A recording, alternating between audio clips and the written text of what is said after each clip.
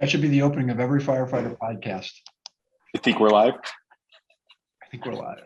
Live fire, right? Live fire. But we're not here to talk about fire. We're here to talk about straight talk and what that means. Welcome, everybody. This is, I'm Dan DeGryse, retired something out of Chicago for a couple of years now. I got a couple of invited guests that hopefully you'll enjoy today. Our conversation that really is surrounding a topic that Bobby obviously gave us a platform for, which is behavioral health and what that means, right? Mental health, substance use, emotional health, and something that is being kind of discussed and thrown around in different venues more and more often. I want to kind of give you that a little bit because you wonder, well, why am I here? I'm here because Bobby told me to be here. And so I invited Rob Fisher, who I'll introduce in a minute, to kind of really bring invited guests like Pat Kenny, amongst others, to kind of have a conversation about the things that we really kind of swept under the rug and talk behind closed doors and really have that straight conversation. So that's a little history behind Straight Talk, and thanks to Bobby, we were allowed to do this, and now we're, for the time being, allowed to do this on Facebook Live until we get kicked off. But my co-host is Rob Fisher, a battalion chief and Fools executive board member from Snohomish, Washington, and I practiced at Snohomish, 3 syllables.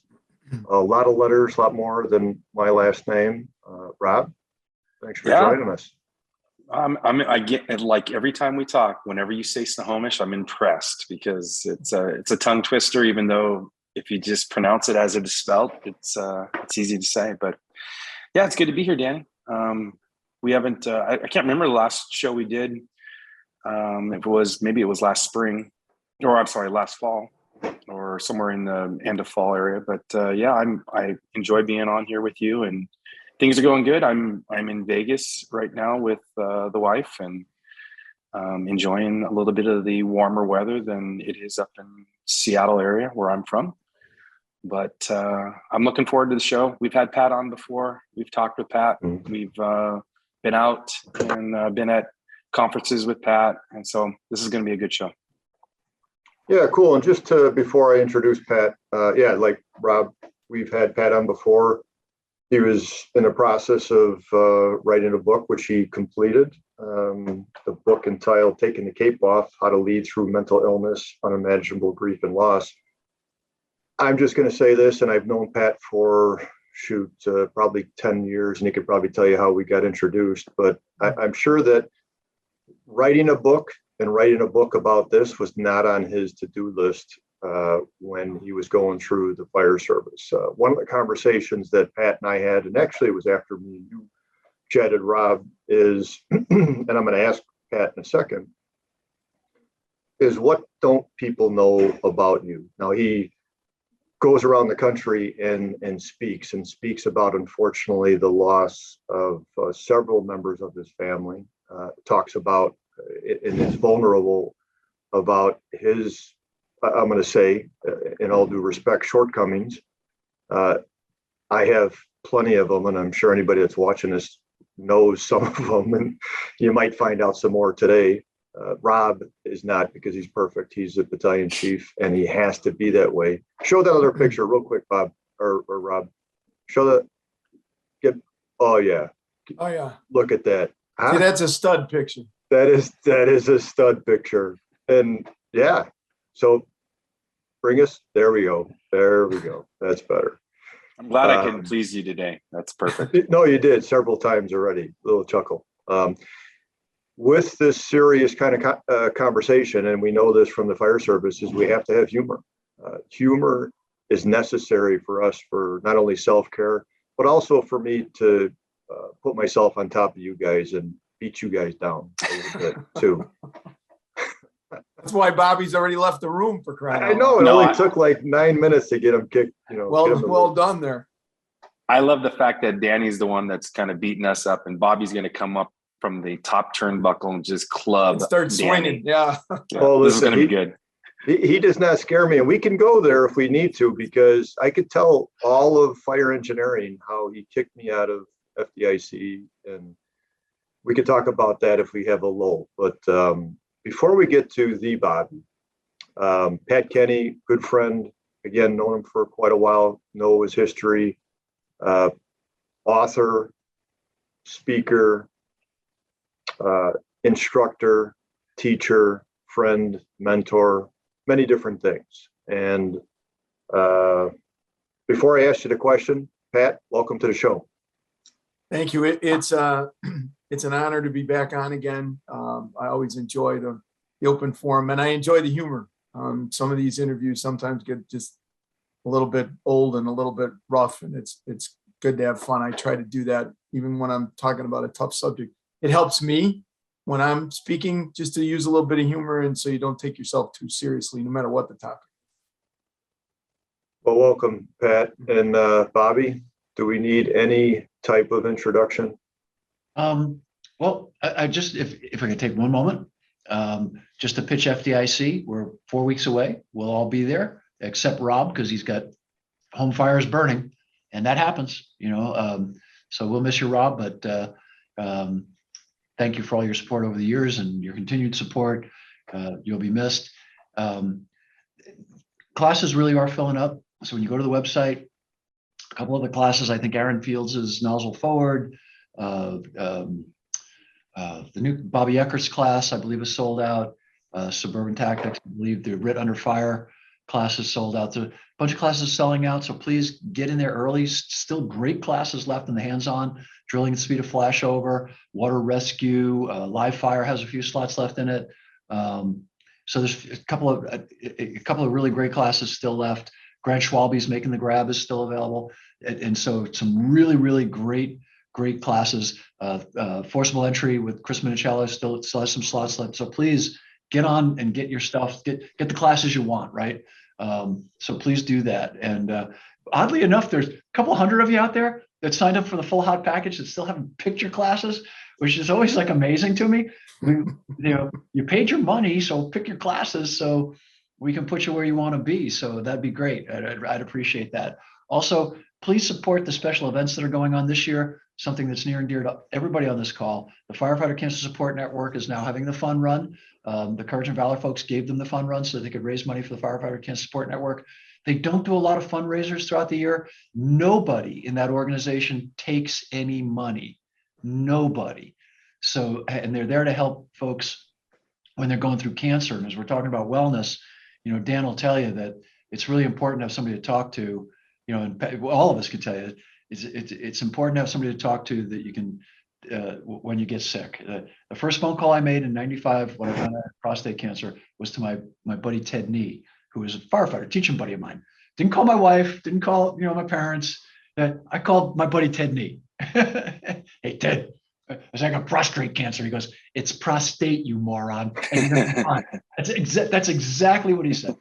So, which is what Pat was alluding to earlier. We were off air. We were giving each other a hard times about different things, which I think is really important. Maybe it's something to talk about when we talk about mental health and wellness, and I think sometimes people want to get morose, you know what I mean, and some of it's really difficult and it's really painful, but we come from a culture that and it's not that we're making fun of it, but we make fun of ourselves, we make fun of each other. And anyway, I think that's a really cool topic. But please, if you could support the Firefighter Cancer Support Network, our good friends from the NFFF has Stop, Drop, Rock, and Roll. They have the stair climb, and I'm forgetting something. Oh, the backyard barbecue at the Friday evening at the Combat Challenge, and then you can jump on the bus and go right out to the Union Party. So Friday night we've got a new thing, a little barbecue, so you get some food in you before you go to the free beer. It's a good idea. Food first, beer. So take advantage of both of those things, both of which are free. So please do that. They are asking if you want to throw a couple of bucks in the hat for the National Fallen Firefighters. We'd appreciate it. So please take advantage of that. The Fool's Bash is on. Billy and I met the other night, so it's going to be great. We're going to have a great DJ, a lot of fun. We're going to be outside this year. We're not going to be inside the pavilion. We're going to do the whole thing outside because we just like being outside. So we got a couple of tents we put up and stuff. So it's going to be absolutely great. So Dan, thank you for allowing me to take a couple of times to pitch FDIC. It's really important to me. A lot of really great people put a ton of work into it, and I take all the credit, which is par for the course. It's what chiefs do. So please come and enjoy yourselves, have a great time, share a little camaraderie with people that you love and people that love you, and some great classes. I mean, it's just some wonderful educators. I hate to say anything nice about Dan in public because it would ruin our relationship. So I won't say anything nice about Dan in public. I'll go right to Pat. Pat's doing a class and it'll be really great. I'm just kidding. Dan's doing his classes. It'll be really great. So please come to Dan's class and Pat's class if you want to know more about this topic. And I think it's an important topic of, and it's one of the topics that is so unique. It's not there's no silver bullets, man. And everybody's so different, right? I mean, everybody. And, it's fascinating. We live in an age where people want to talk about their uniqueness, and then they define their uniqueness by what groups they belong to, which makes no sense. Your uniqueness is the fact that you're you. And when it comes to mental health, it's a big deal because trying to express how something hit you is tough. And I'll shut up because Dan tells me I talk too much. No, we got to help. We got to help Danny out. Danny, he used a big word there, remorse, right? So the gloomy, ill-tempered. I just want to make sure you understand. Me? Yeah, I'm just helping you out, buddy. Did I have that glazed eye? Morose, not morose. Morose. Dire or dour or gloomy. Gloomy. Dan, you told me no math or no big words in this thing. What are we doing here? We have Bobby on here. I wasn't sure if Bob was going to be here, so we have to go from 1 and 2 syllable words to 3 and 4. We got it. But I appreciate Rob throwing me under the bus, but I don't know if he can use it in a sentence. But Bob, you mentioned what the coolest thing is at FDIC, honestly, is when I show up on Tuesdays and I see the men and women carrying their bunker gear, which I still do have the old 3/4 boot and all that stuff from the old times. But it's actually cool to see them hot and sweaty and tired and haven't done something physically, because let's be honest, is from what we're offering is, and from a mental health standpoint, we're asking people to sit in a classroom and just take information. So actually that you have that physicality is great. That's why we got in the fire service. This here is honestly not for everybody. The conversation about behavioral health, mental wellness, and asking people how you're doing is a common action, but I don't know if people really understand what type of words there are. Rob asked Pat when he first got here how he's doing, and Pat gave the typical answer. I'm good. I often say, hey, do you really want to know how I'm doing? And that's really the first question, Pat, is, many people, including myself, and I don't read a ton of books. One, I just don't read well. I can't sit still very often, but I can't read, Bobby, though I can put words and sentences together. And I did read Pat's book, again, Taking the Cape Off, How to Lead Through Mental Illness, Unimaginable Grief and Loss, which we said in the very beginning is not something that Pat ever aspired or wanted to do, but really did it because he promised Eileen that he was going to write it. And that took a lot. I can tell you this from what I know, it has been well received and touched so many lives. Just like the people here, we're here not because, hey, we're getting paid a lot. Are we getting paid? No, we're not getting paid anything. Because it matters, and we're going to have these conversations. So what's happened since the book, Pat?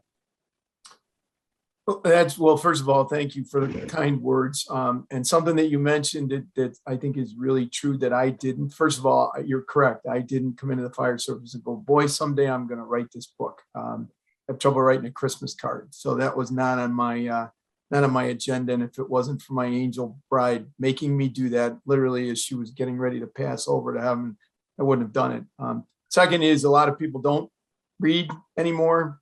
They listen to books. I did not promise her I would do an Audible version, but I was talked into doing that. So that's out there. So that's really one of the things that I worked on for a long time. I was simplistic as I usually am and thought this is going to be a lot easier than writing the book. I'll just read a few pages. I'll be done in 2 weeks and we're good to go. I didn't know it would take months, and that some parts of reading it caused me to relive some of those scenarios. And in some ways, even though when you go back into a scenario and if it's something that was really difficult and it causes you some pain, I learned from a very smart psychologist a long time ago who told me that pain's okay. And it's all right to go back in that room. It's all right to go back in Sean's room. It's all right to go back in Eileen's room and feel that pain and feel that loss and let it get as deep inside you as it needs to. You just can't stay there. And I think that's what I've learned since I retired in January of last year.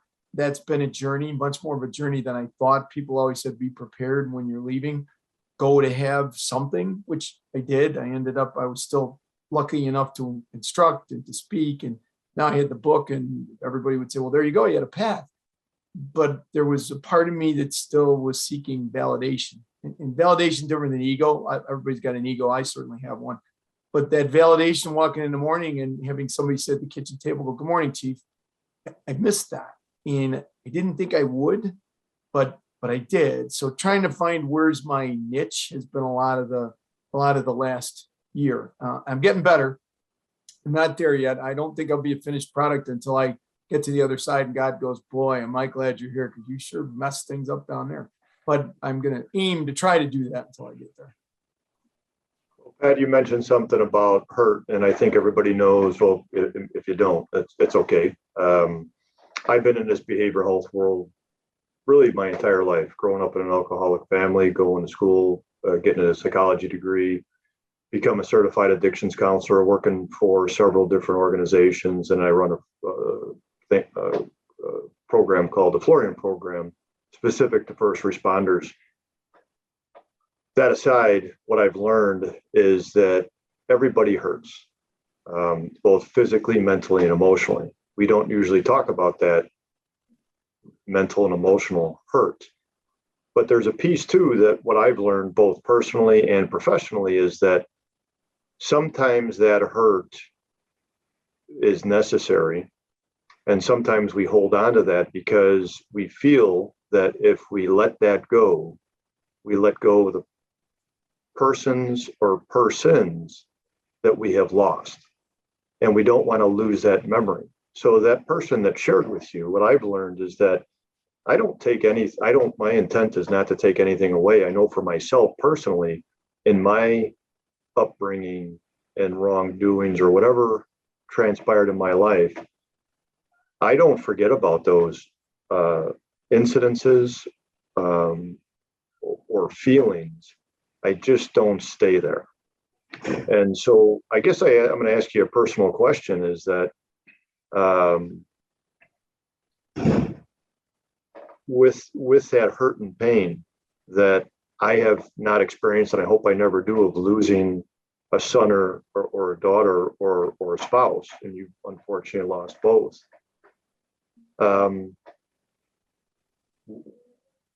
You've shared in public and in private in a sense of that anger that comes out because of that hurt and that pain. How do you manage that? I think for me, what I had to do is I had to put meaning to it. There are loads of people who've been through a whole lot more trauma than I have. So you're not special because you go through that, but you need to figure out the whys. And I wasn't sure on some of the whys. I will tell you, and Bobby and I've had this discussion a lot off air. about our faith, and I'm very proud of my faith.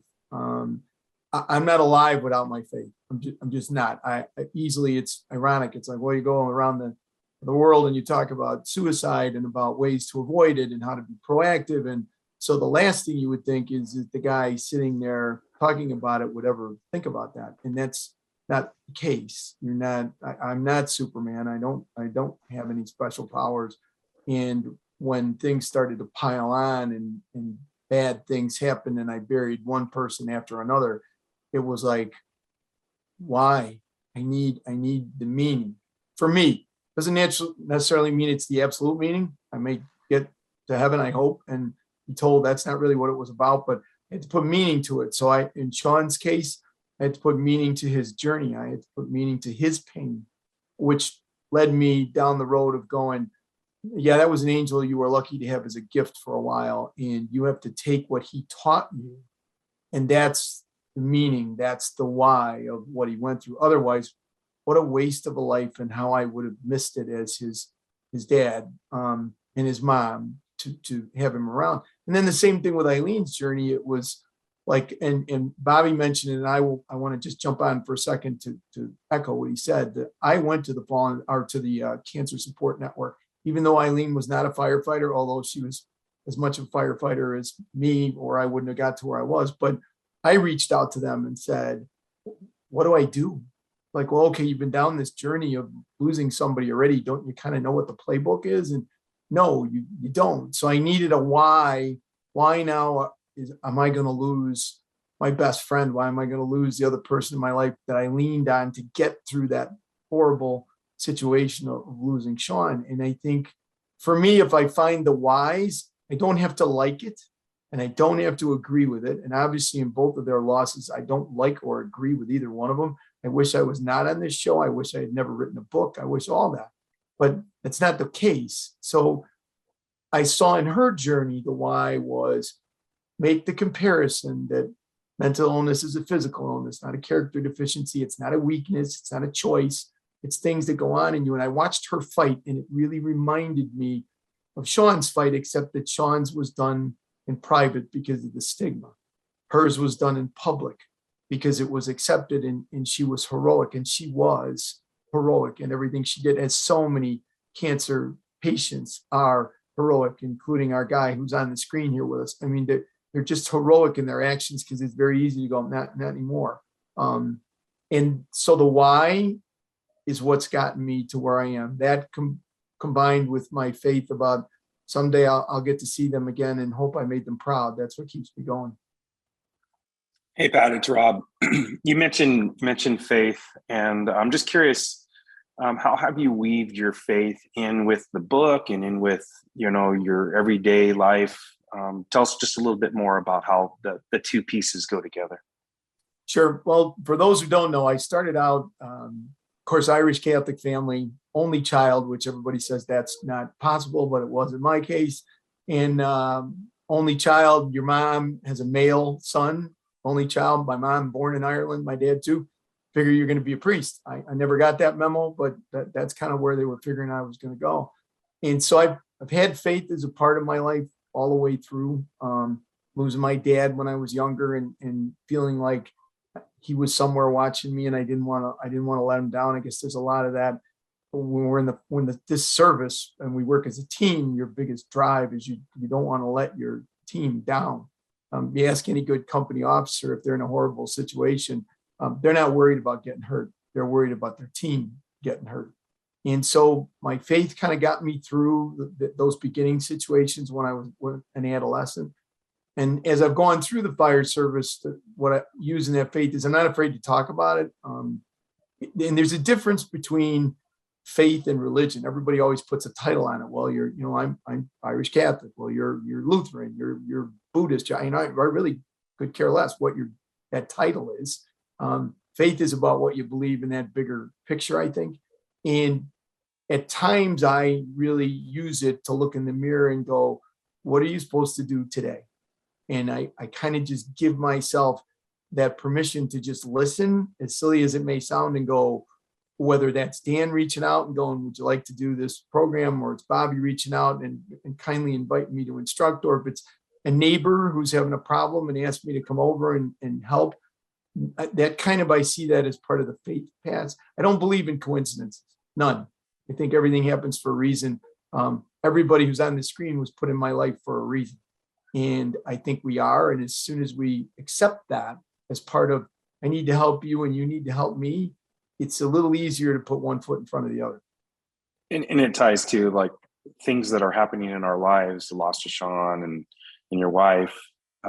Those happen for a reason. And it goes back to the why. You know, it's as we're left here, we are to try to figure out the why and help, you know, make something of it in our lives and understand and use that to help others, help ourselves. So, yeah. Well, that's the same thing that happens here. Is I remember when Bobby asked, he says, "Hey, we can't find anybody else to do a Humpday Hangout on every fifth Wednesday. So can you do it?" And I'm like, "Why?"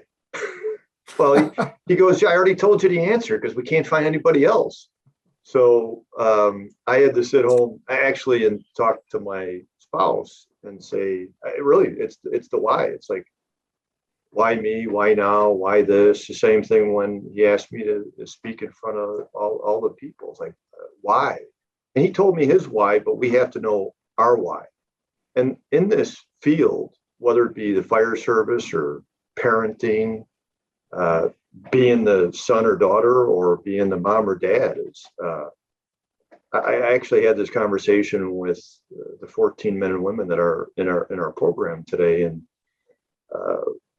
what is your why? Well, do you want to maintain sobriety? Do you want to get back to your career? Forget about what anybody else thinks. What drives you? And Bobby and I have had this conversation in regards to the fire service. Bob has said this is the greatest, I'm not even going to say job or career, pathway in the world. We are fortunate, many of us are fortunate to have this ability to do this. When you look at 2 million active and retired members, think of 330 million people. There's 328 million in the United States that don't get to do what we do. And there were 45,000 people that took the test in Chicago back in '85 with me for a reason. I never want to come across as that this job has a bad ending. There are things that happen. And as you're sharing, Pat, there's things that happen in our lives, and how do we respond to that? I do not look at myself as broken. I don't look at anybody as broken. I don't look at anybody as defeatist. I look at everybody as a skilled individual. And the presentation that I'm going to do this year is thriving in the fire service.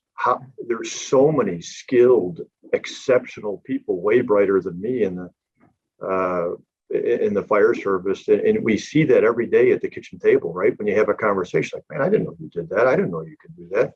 I didn't know you could do that." And then you see people work at a scene and you're like, "Oh my gosh." So yeah, suicide, substance use, mental health, you could call it mental illness, whatever. Everybody has mental health. No demographic is excluded from mental health. And that's the question of, how are you today? How are you today? What does that mean? Let's look at Bobby. Okay, he ate lunch, right? And he looks as, calm as a morning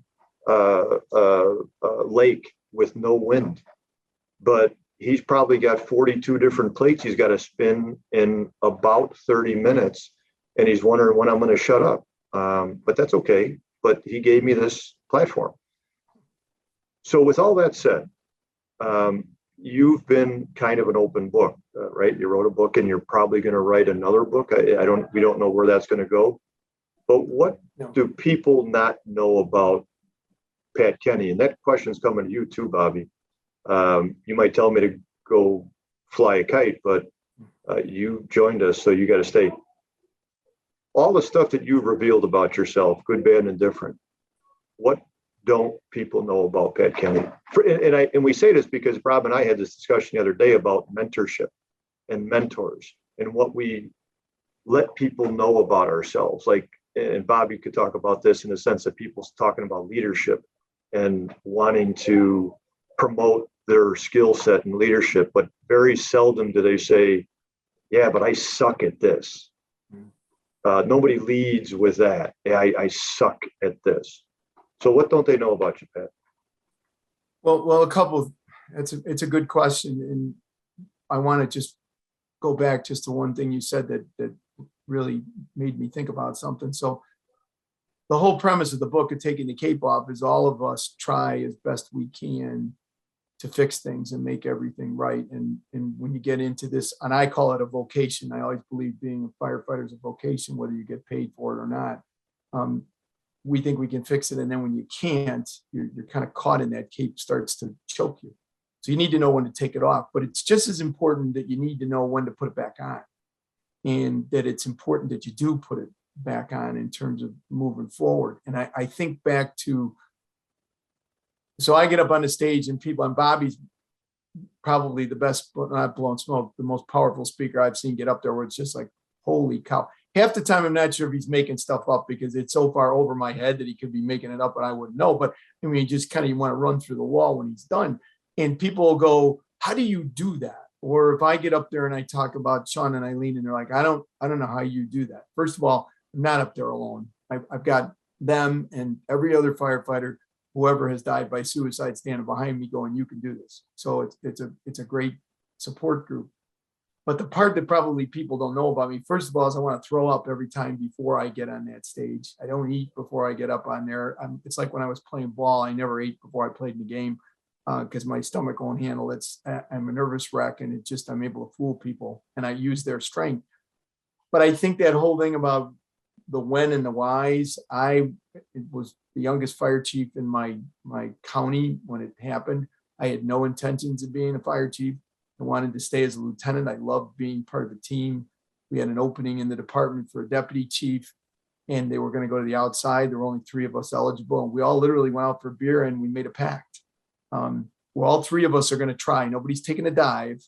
All 3 of us are going to try. Whichever one of us gets it will now come off shift and go on days, and the other 2 will have to support that. So kind of the short straw if you win. Well, I got the short straw and won. And then the chief decided he was leaving 2 years later, and that wasn't on the docket at all. And he wrote this wonderful letter to the board going, I know this guy's young and inexperienced, but this is the future of the department. And I had a village president who said, we're going to put you through an assessment center. I was like, well, what do I need to do that for? I mean, I've got a recommendation from the chief and he's well respected, and you're going to go through that.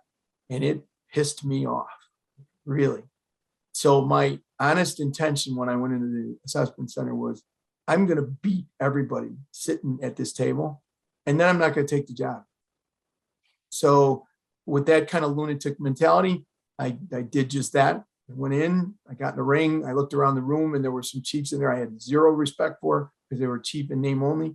There were some other chiefs in there who were powerful people that I thought, wow, maybe I could stay as the deputy and work for you, but I think I'm going to go back to lieutenant.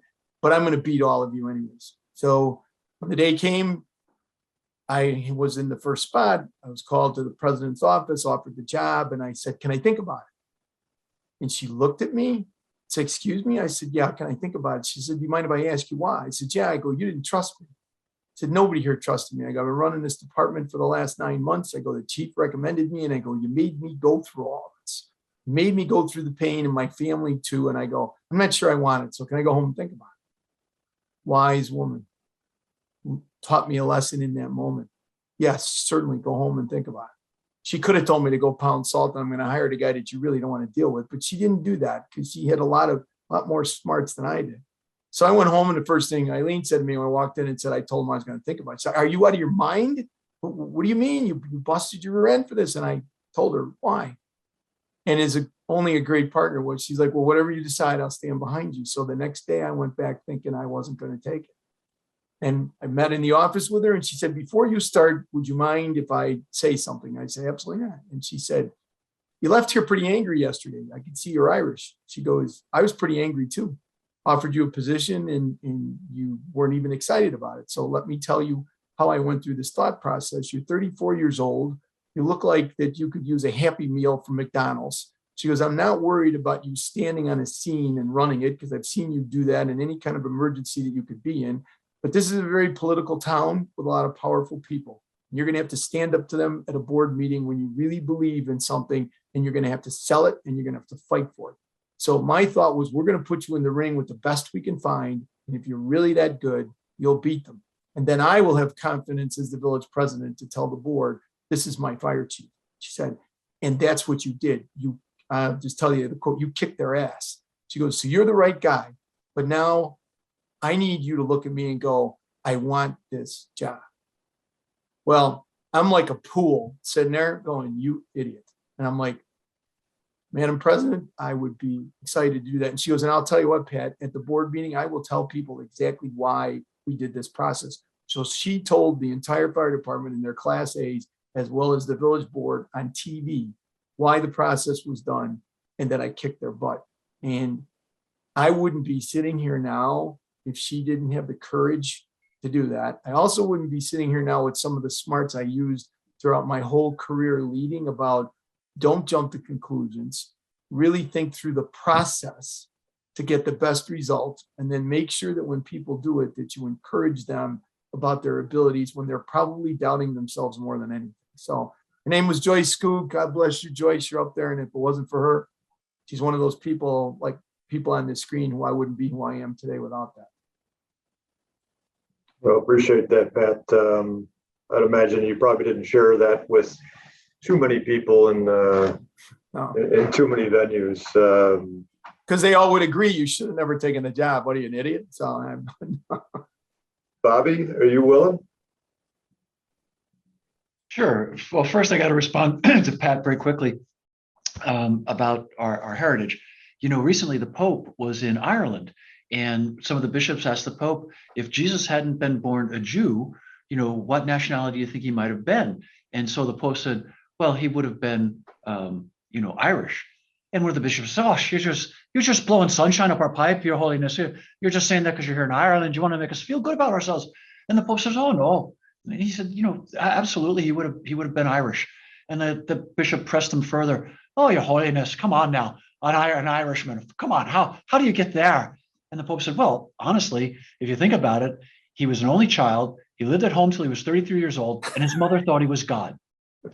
So there you go for our Irish heritage out there, right? And I'm going to use that again. I won't give you credit for it, but I'm going to use that. I like it. That's one of the oldest.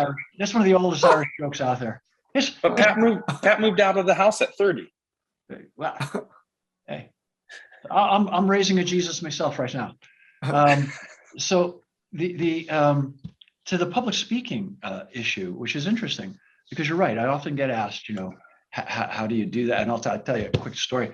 Right when I first took over FDIC, it was funny. A young fella came running up to me, and I gave one of my talks, and he says, "Well, Chief, that was amazing, running back and forth on the stage for 25 minutes, you know, ranting and raving all those stories. That was amazing. I wanted to run through a wall." And I said, "Well, thank you." And he goes, "How do you do that?" I said, "Well, you know, I write my speeches a long time, and I rehearse every day for 6-9 months, and I got people that help me with the editing, and there's lighting and music, and there's teleprompters, and I've got, you know, the invisible teleprompter. I can always check where I'm at, and a lot of rehearsal, and a lot of people help me do it. But thank you very much." And the next year, I gave him a talk, and a young fella came running up to me, says, "Oh, Chief, I saw that talk, and holy mackerel, 20 minutes up and down on the stage. I want to run through a wall." And I said, he goes, "How did you do that?" I said, "Well, you know, I've got a lot of help. I write them in advance. I got people that support me. You know, I got a lot of help on the stage and stuff. And so, but thank you very much. I really appreciate that." So next year, the young fella, give my talk, same thing. Fella runs up. "That was great. Blah, blah, blah, blah, blah. How do you do it?" I said, "Well, you know, I'm a gifted speaker." Was that young guy, this was Rob? Was that Rob all 3 years in a row? I stole that joke. If you want to see where that joke comes from, go online and search for Jimmy Stewart and Dean Martin. Jimmy Stewart. It was Jimmy Stewart. And he was talking about a skiing thing. And a young man came out, "How'd you do that?" "Well, I had stuntmen, blah, blah, blah, blah, blah." Finally, I just said, "Well, you know, I've been skiing all my life." The problem is that our audience, probably most of them are so young they don't even know who Jimmy Stewart is. So we talked about mentoring and role models. Jimmy Stewart was one of the men that when I was growing up, I knew his life story and I knew, you know, who he was.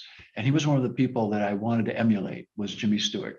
If you look at how Jimmy Stewart lived and served, Jimmy Stewart, when the war broke out, he was already a movie star. He went in, he flew more missions than he was supposed to. He was a pilot. He came out, he stayed in the Air Guard. He was like, I'm a true, Irish Catholics are like doves.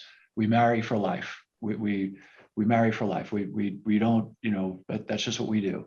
And so I'm Irish Catholic. I'm unapologetically Irish Catholic, and I have no qualms about it.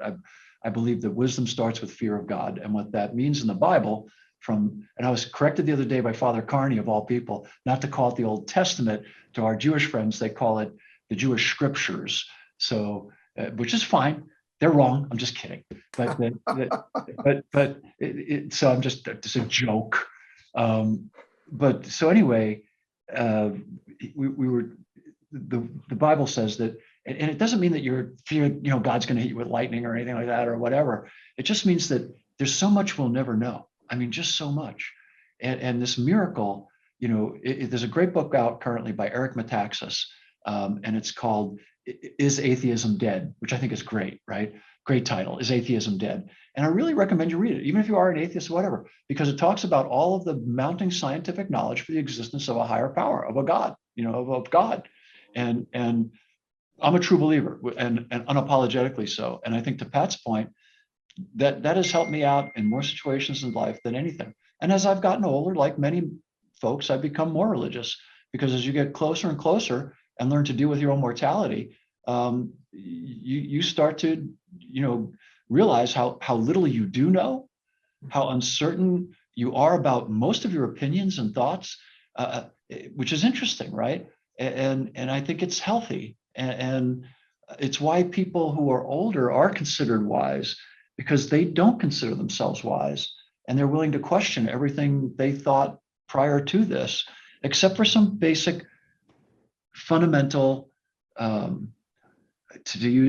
unalienable beliefs, right? That they have no, and for me, one is the existence of God, and I'm happy with that, and it's helped me immensely. Trust me. I mean, we're all going to go through dark times, and if you think that you're homodeist, you're God, good luck with that. You know, because there's an illusion of control. We're in control of so little in life. Just think of your own lives. All of us things are going just fine, any one of us, but a 737 could drop out of the sky in a minute and take any one of us out. And there's nothing we could do about that. You know what I mean? There's so little that we actually control, and yet we all want that feeling that we're in control. It's why I'll be the first to, I'm a terrible passenger in an airplane. If they let me sit up front and hold the wheel, I'd be fine, even though I don't know a thing about what I'm doing, but at least I would be flying it into the ground. You know what I mean? I'd be in control. That lack of control. And I think when people talk about those with mental health issues, to kind of bring all of this home, is that for me, you know, I've had my own issues, but I've lived with others like Pat, who I love more than life itself, who struggle. And the Chinese say you're only as happy as your least happy child. And I know Dan, Rob, we've all been there. And Pat, you talked about illness you're allowed to be open with and illness you're not allowed to be open with. And part of that comes from the fact that, like, when I was really sick, you know, you lose 105 pounds, people notice.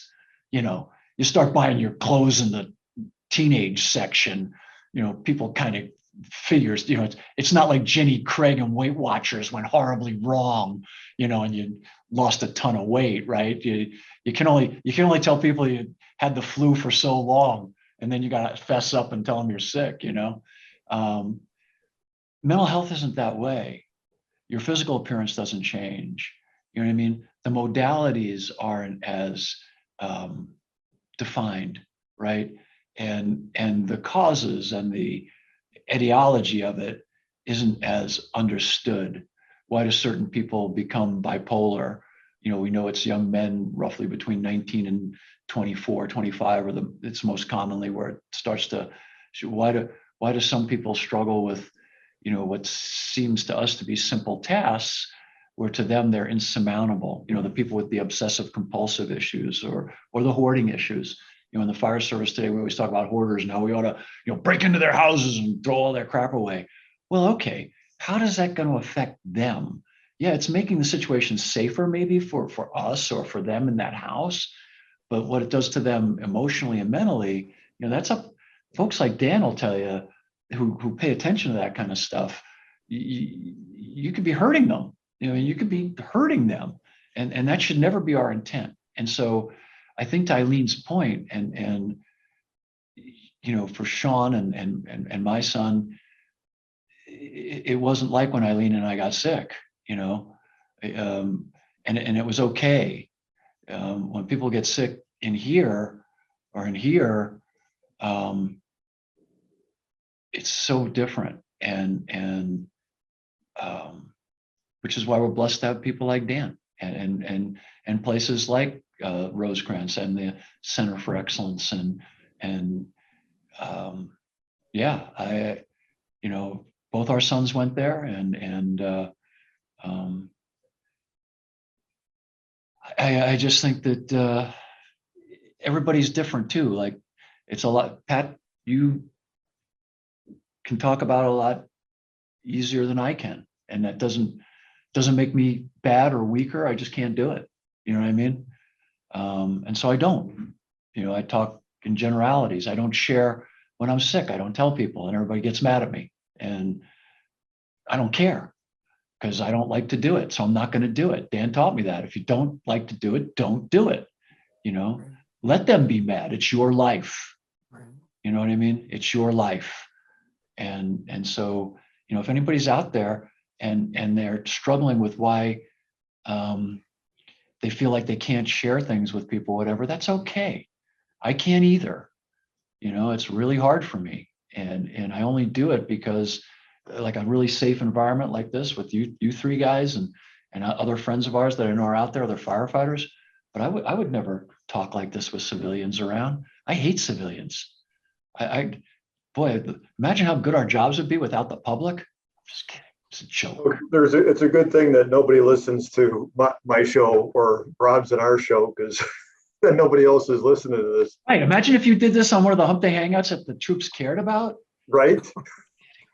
No, but I mean, or like, it is hard. No, and I think, but on a serious note, like the Friends of Bill meetings, just come. You don't have to say a god darn thing.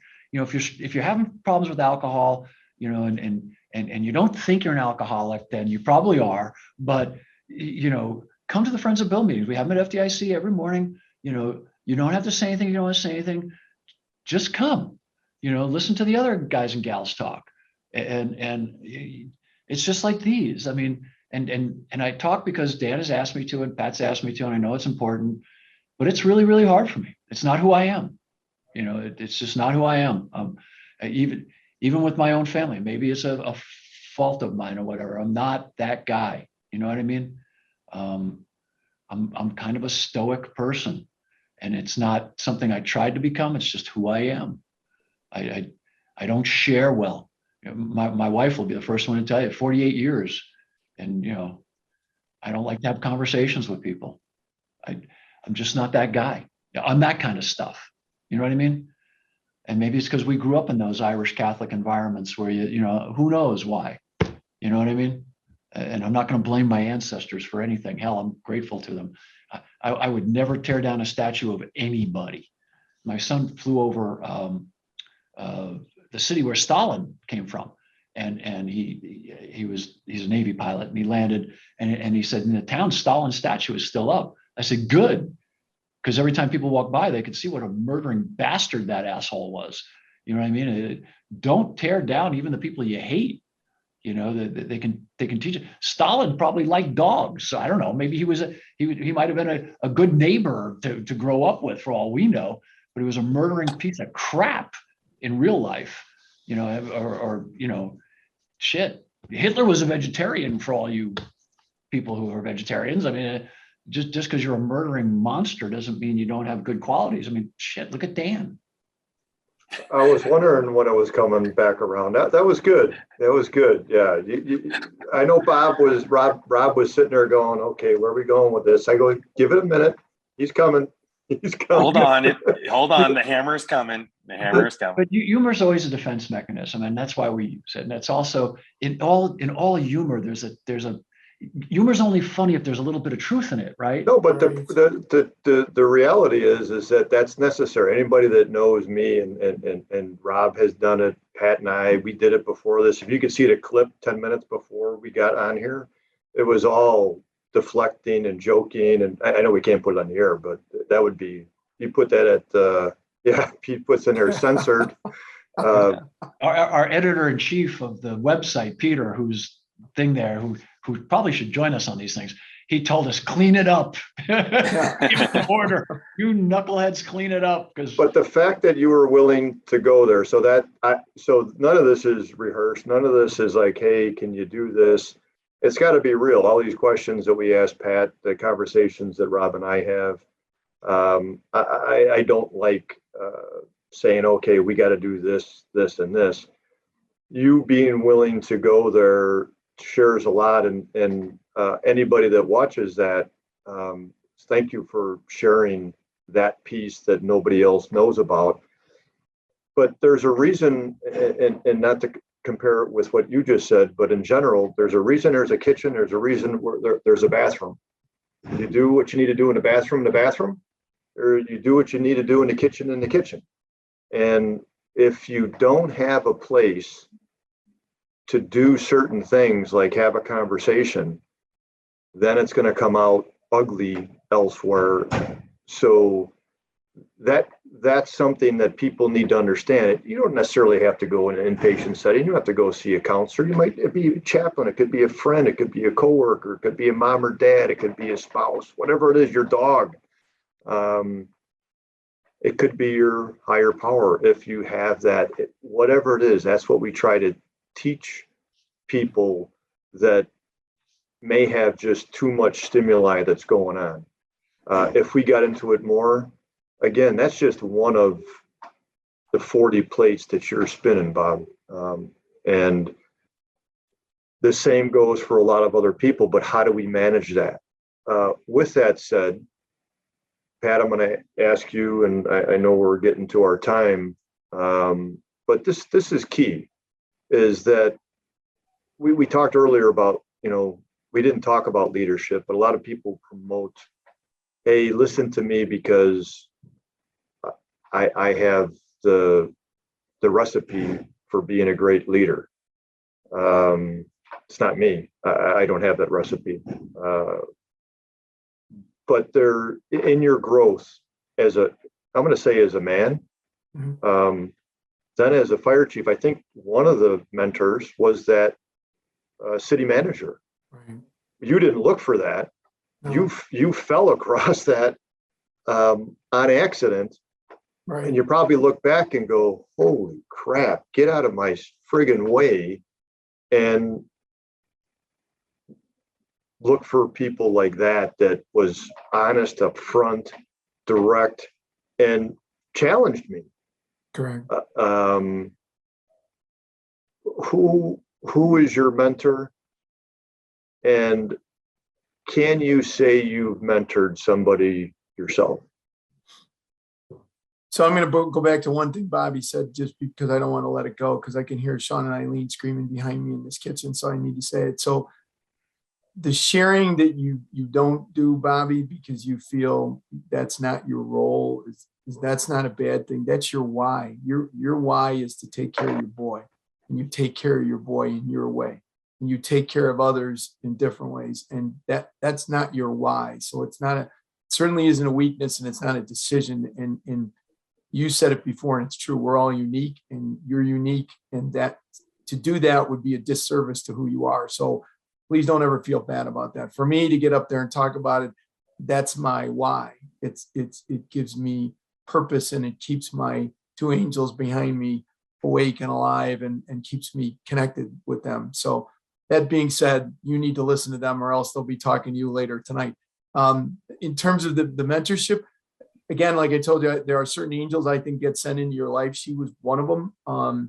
And the people I've been continued to be mentored my entire career, and that the career includes the 360. So it's both professionally and personally. I've been mentored by people I've coached with. I've been a volunteer high school baseball coach for over 20 years, and working with other coaches and watching them mold young men on baseball fields. I've used the way they've talked to those kids, the way they've gotten insights about listening, and I've used that to walk back into the firehouse and build my team in the firehouse.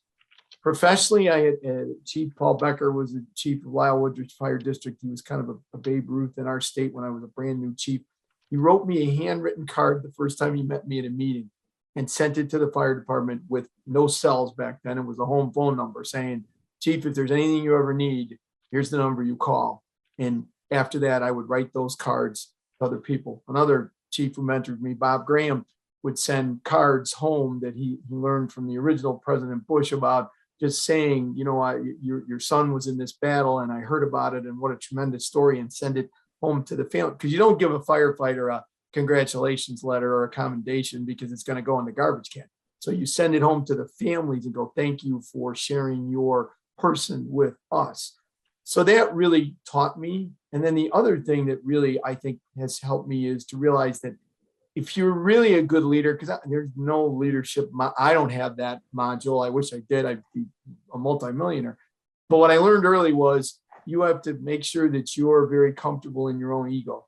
And in order to do that, you need to surround yourself rather with people who are a hell of a lot smarter than you, and then rely on them and hand them your cape and go, here, you go do it. Because I'm not smart enough to know how to do it. We do that on the emergency scene, no problem. Technical rescue, hazmat, the chief doesn't run that, the lieutenant doesn't run that, the experts do. But when it comes to leadership, we go, oh, okay, I got the 5. So I guess I'm supposed to be the leader. Well, hopefully you can role model it, but you need to use the people around you. And those are the people who've mentored me because they didn't need the credit. They just did the work. Thanks, Pat. Rob, your thoughts on that? Sorry about that. I was typing up back into comments, but mentoring. So mentoring for me, I mean, I'm part of a mentoring group that works outside of it, and I think that when we're looking at all of these things, and to echo what Pat was saying about Bobby, and that we're all unique and we're all individuals. When it comes to mentoring and how we work with one another, there is a lot to be given, but it's like my experience is sharing with somebody else, or the experiences that Pat got from these other chiefs. They may not fit my life, or what I'm sharing may not fit the other person's life. But what it does is it broadens in my opinion, it broadens their perspective a little bit more to see a little bit bigger piece of life. So they may have only had their life like this, very narrow, and sharing with other people and gaining from other people, it helps push the banks of that river to see things that you've never seen before. I mean, go back to what Pat was just saying about the president of the village. I mean, what a great lesson. As he was telling that story, I'm sitting here and I'm going, man, I'm with Pat. I would have almost told them to go pack sand. And that is the Italian side. I'm not Irish like Bobby and Pat, but that's the Italian side. And that, something from that type of experience would be a great experience to move forward with in life. Yeah, I asked you, Rob, because we laugh and joke, and we've known each other now for probably 6 years, right? I mean, you've mentored a ton of people. You're very respectful of a lot of different people, but from the Fools organization, and obviously from your own department to be moved up the ranks, obviously the people in charge recognized you as somebody that shares your wealth and does it in a certain way that they need you at the top, much like these 2 other individuals that made all the way to the top. Unlike Bobby, I think I sometimes share a little bit too much, and it can get me into trouble at times. But I know, and I was saying, I was on the chat. I think Peter posted it up, but somebody who's listening was talking about how they've gained a lot of knowledge at the kitchen table, and what I was trying to communicate back was, the kitchen table in the firehouse is probably the best place to learn and the best place to decompress. And as we've talked about peer support and everything that's going on, all these new things, is like when the fire service started changing, our comfort to share basically the kitchen table, the firehouse kitchen table changed, and we're no longer, we were becoming more individual. We have we have individual devices that help us separate ourselves. But when we really just kind of get back to the basics, I mean, this is just like training. We go back to the fundamentals. And if we can get our firefighters back to the kitchen table, and we can start sharing in our lives, open at whatever level that is that we can share our experiences, the more we talk, the more we share, the better we're going to be as a whole. And so the listener who said that they've learned a lot there, I could not agree more. There's a lot that can be made there. But you do it in many different venues. You do it at FDIC, you do it through Fools International, you do it from your department, and you do it individually.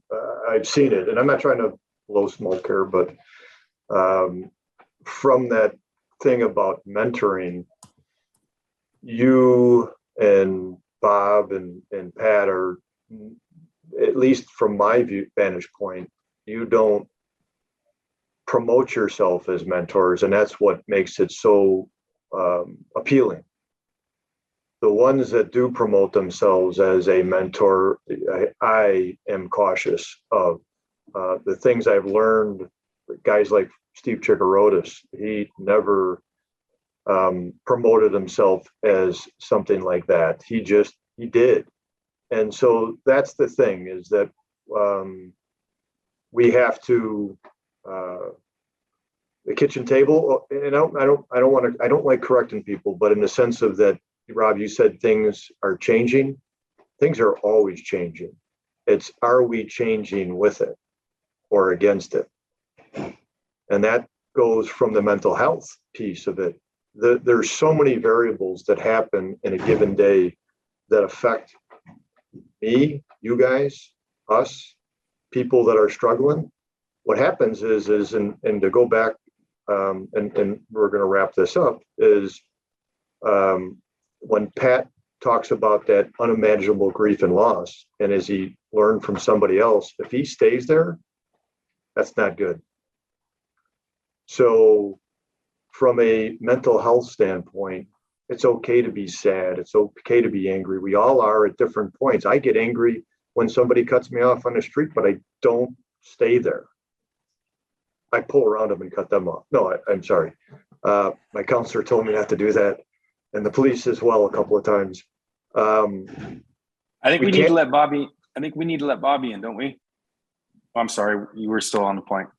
We can't stay there, and that's the thing, Pat, that is great, is you found your outlets, you found your stride, and you've had a lot of great accomplishments, right? And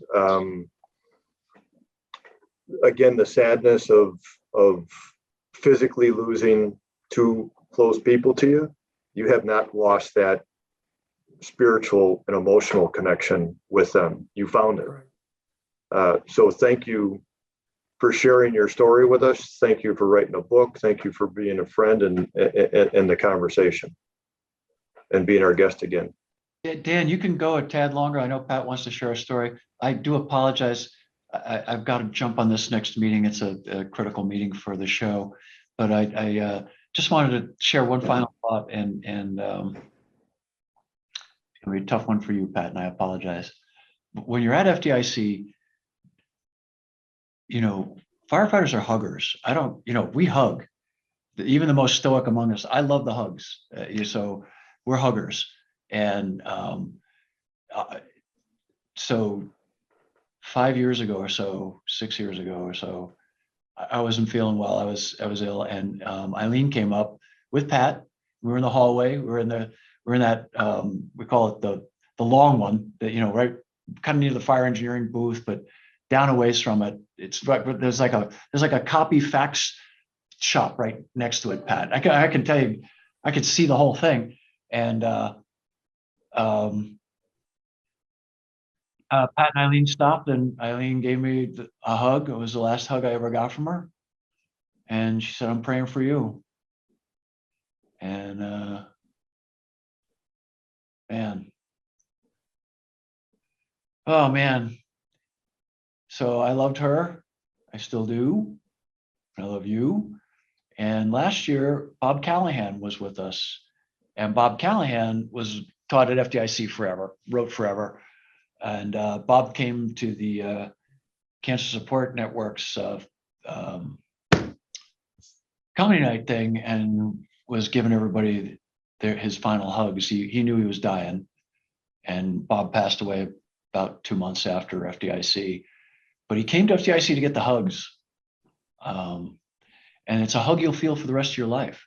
I can still feel Eileen's arms around me, and I can feel Bob's arms around me, and Bruno's arms around me, and Brennan's arms around me, and Steve Alk, and all our great friends. All our great friends that we've lost. So don't miss the opportunity when we're all together in a few weeks. Just hug the heck out of everybody you possibly can. And it doesn't have to be a big sappy thing or whatever. Just get the damn hug. You know what I mean? And if you're not a hugger, go back to being a cop, for God's sakes. Be a clubber. Thanks for joining us, Bob, and thanks for sharing. Thanks, Bobby. Thank you. Love you all. Love you too. Yeah. Thanks, Bobby. I want to hear Pat. Pat was going to tell a little story about the kitchen table. Yeah, I was firehouse trying to kitchen do a table. humorous story, and then he went and nailed me there. So I could see Eileen standing behind him. And I do agree with the hug thing. It's one thing I've put in the book. If you don't know what to say to somebody who's suffering, hug them. So I just finished, hopefully, with a kitchen table story that's a little bit of humor. And it was a guy I had in the state of Michigan when I was doing one of Sean's talks. And when I got done, he was the IT guy, one of the firefighters who helped me. And he said, "Chief," he goes, "I got a story for you." He said, "We have a paramedic on duty. She really struggles with diabetes. And not unusual for every morning at the kitchen table, in the middle of our discussion that nobody pays any attention to, she lifts her shirt, she gives herself a shot of insulin and goes about it. Nobody misses a beat. So I decided one day," he said, "when I came to the kitchen table, I'd put all my pills out on the table." And I remember his name was Mikey. As we all know, every Mike's a Mikey. And everybody looks at it and they go, "Mikey, what's up with the pills?" And he said, "Well, you see how Dawn gives herself a shot of insulin every day. We realized that if she doesn't have to take her insulin, she gets a little goofy. So we remind her, if you get your candy bar, get your Coke up there in the locker, so you make sure you take it if we sound like a bad alarm." And he said, "We know that if she doesn't take it physically, she can't overcome what that disease is."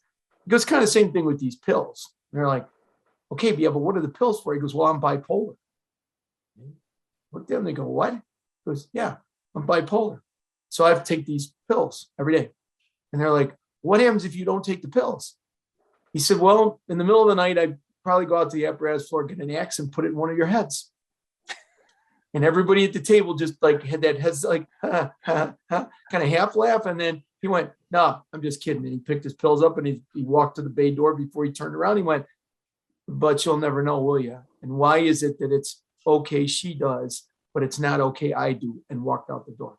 And I told him I didn't need to speak here at all. What you just taught in that 2 minutes was powerful, because it makes that mental health is a physical illness, not a choice, not a character deficiency. And he had the whole room cracking up, and he taught them so much in that couple minutes. Well, thanks. Any last words, Rob? No, I'm good. I just appreciate having Pat on again, and our next show, I could listen to Pat talk more and tell more stories, and we could talk more baseball.